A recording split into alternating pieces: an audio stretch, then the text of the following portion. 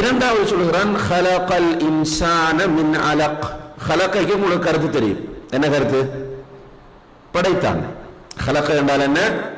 படைத்தான். அல் இன்சான் என்றாலும் தெரியும். அல் இன்சான் என்றால் மனிதன். ஹலகல் இன்சான மனிதனை படைத்தான். மின் அலக். மின் என்றால் இருந்து என்பது அர்த்தம். ஃப்ரம். மின் அலக் என்று சொன்னால், அலக் என்ற அந்த வார்த்தைக்கு தஃப்சீர் ஆசிரியர்கள் நிறைய அர்த்தங்கள் சொல்கிறார்கள். ஒரு அர்த்தம் இருக்கிறது, தொங்கிக் கொண்டிருக்கக்கூடிய ஒன்று என்பது. அலக் என்றால் தொங்கிக் கொண்டிருக்கக்கூடிய ஒன்று. இன்னும் ஒரு அர்த்தம் இருக்கிறது, அட்டை, அட்டை புழு, அதற்கும் அலக் என்று சொல்லப்படும்.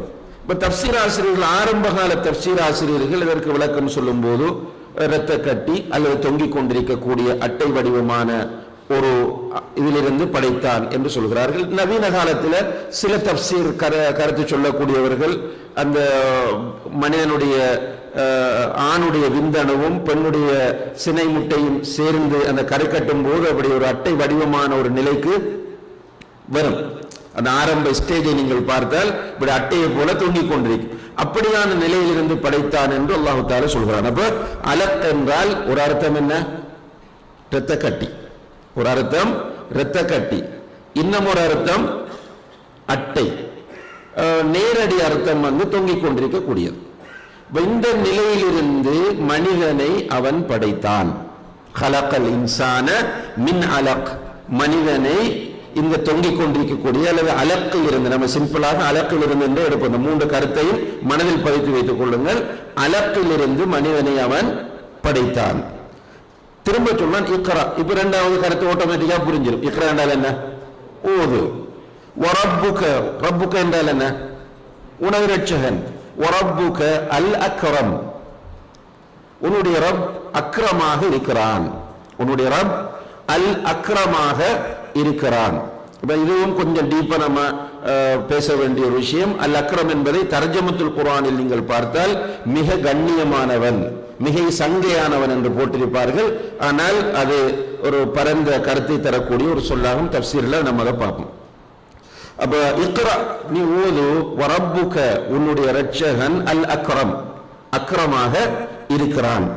அல்லதி, அவன். அல்லதி என்பதற்கு ஏற்கனவே பார்த்துட்டோம். அல்லதி, அவன். அல்லம, கற்றுக் கொடுத்தான்.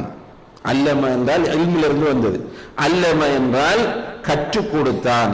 பில் கலம். அல் கலம் என்றால் பேனா. பெண்ணுக்குத்தான் அல் கலம் என்று அரபியில் சொல்லப்படும். பி என்றால் கொண்டு என்று ஏற்கனவே பார்த்துட்டோம். பேனாவை கொண்டு, பேனாவின் மூலம் அவன் கற்றுக் கொடுத்தான். அல்லதி அல்லம பில் கலம், அவன் பேனாவின் மூலம் கற்றுக் கொடுத்தான். அல்லம, அல்லம என்றால் கற்றுக் கொடுத்தான். அல் இன்சான, மனிதனுக்கு. அல்லமல் இன்சான, மனிதனுக்கு கற்றுக் கொடுத்தான். மா, ஒன்றை. லம் யஅலம், அவன் அறியாத. லம் யஅலம் என்றால் அறியவில்லை. மனிதன் அறியாத ஒன்றை மனிதனுக்கு அவன் கற்றுக் கொடுத்தான். இதுதான் இந்த 5 வசனங்களுடைய கருத்தாகும். ரொம்ப சிம்பிளா திரும்ப ஒரு முறை பாருங்க. இக்ரா பிஸ்மி ரப்பிக்கல் லதீ ஹலக், படைத்த உன்னுடைய இரட்சகனின் பெயரை கொண்டு ஓதுவீராக. ஹலகல் இன்சான மின் அலக், அவன் மனிதனை அலக்கில் இருந்து படைத்தான். இக்ரா வரப்புக்கல் அக்ரம், ஓதுவீராக உன்னுடைய ரப் அல் அக்ரமாக இருக்கிறான். அல்லதி அல்லம பில் கலம், அவன் பேனாவை கொண்டு கற்றுக் கொடுத்தான். அல்லமல் இன்சான மாலம் யஅலம், மனிதனுக்கு அவன் அறியாததை அல்லாஹ் கற்றுக் கொடுத்தான். இதுதான் இந்த 5 வசனங்களுடைய நேரடியான மொழிபெயர்ப்பாகும். இதை சொல்லுவாங்க தஃப்சீர் லஃப்வி என்று. தஃப்சீர் லஃப்வி சொல் ரீதியான விளக்கமாக இருக்கிறது.